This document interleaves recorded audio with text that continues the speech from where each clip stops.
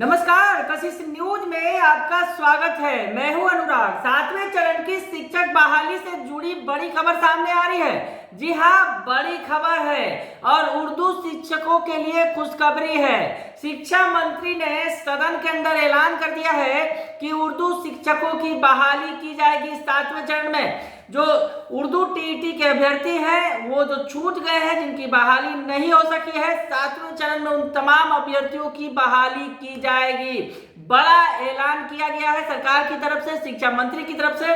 Professor Chandrashekhar दरअसल शुक्रवार को ये सदन के अंदर जवाब दे रहे थे शिक्षा विभाग के सवालों का, और इसी सवाल के जवाब में उन्होंने ये बातें कही हैं। क्या कुछ कहा शिक्षा मंत्री ने, आपको बताया है। दरअसल शिक्षा मंत्री ने कहा है कि राज्य के वैसे उर्दू टीईटी उत्तीर्ण अभ्यर्थी जिनकी बहाली अभी तक नहीं हो पाई है, उनकी बहाली 7वें चरण में होगी।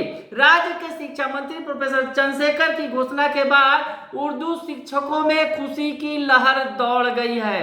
दरअसल सदन के अंदर जो प्रस्ताव आया उसके आधार पर जो सवाल पूछे गए, क्या कुछ पूरा मामला है आपको बताते हैं। आपको पता है कि विधान पार्षद खालिद अनवर ने दरअसल ये सवाल उठाया। ध्यानाकर्षण सूचना के दौरान जानकारी मांगी कि राज्य में उर्दू शिक्षकों का अभाव है।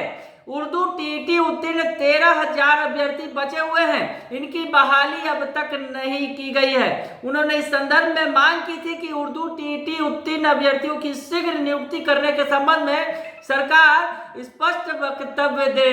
तो इस संबंध में शिक्षा मंत्री प्रोफेसर चंद्रशेखर ने आसन को जानकारी दी कि राज्य में 7वें चरण की शिक्षकों की बहाली होनी है। इसे लेकर नियमावली अंतिम चरण में है, इसमें सभी शामिल होंगे, ये बातें कही हैं। यानी शिक्षा मंत्री ने साफ तौर पे कहा है कि नियमावली अंतिम चरण में है और इसमें सभी शामिल होंगे, वो जो उर्दू शिक्षक है। आपको पता है कि उर्दू शिक्षकों के विषय के हिसाब से, अगर जानकारी के जो विभागीय जानकारी के मुताबिक उर्दू विषय के लिए कक्षा 1 से 5 तक 30,032 पद स्वीकृत है, जिसमें 18,000 से कुछ ज्यादा शिक्षक कार्यरत हैं। यानी लगभग 11,366 शिक्षकों के पद रिक्त हैं। इसी प्रकार कक्षा 6 से 8 की बात करें तो 3,794 पद स्वीकृत हैं। इसकी तुलना में केवल 2,645 शिक्षक ही कार्यरत हैं और 1,149 पद रिक्त हैं। तो ऐसे में ये सवाल उठा था सदन के अंदर।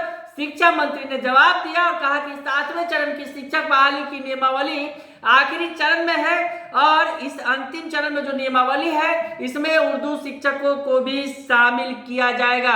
ये बातें उन्होंने कही जवाब के तौर पर। तो अब आपको बताएं कि इस बजट सत्र के दौरान AIMIM के सदस्यों ने उर्दू शिक्षकों की बहाली को लेकर भी मुद्दा उठाया था। विधानसभा सत्र में उन्होंने इसके लिए प्रदर्शन भी किया था। तो अब इस मांग को सरकार ने जिस तरह से कहा है, शिक्षा मंत्री ने आश्वासन दिया है कि 7वें चरण की शिक्षक बहाली में जो भी उर्दू टीईटी के अभ्यर्थी हैं उन्हें बहाल किया जाएगा, उन्हें शिक्षक बहाली की प्रक्रिया में शामिल किया जाएगा। बने रहिए कशिश न्यूज के साथ, तमाम खबरों से आपको अपडेट रखेंगे। फिलहाल के लिए इतना ही, धन्यवाद।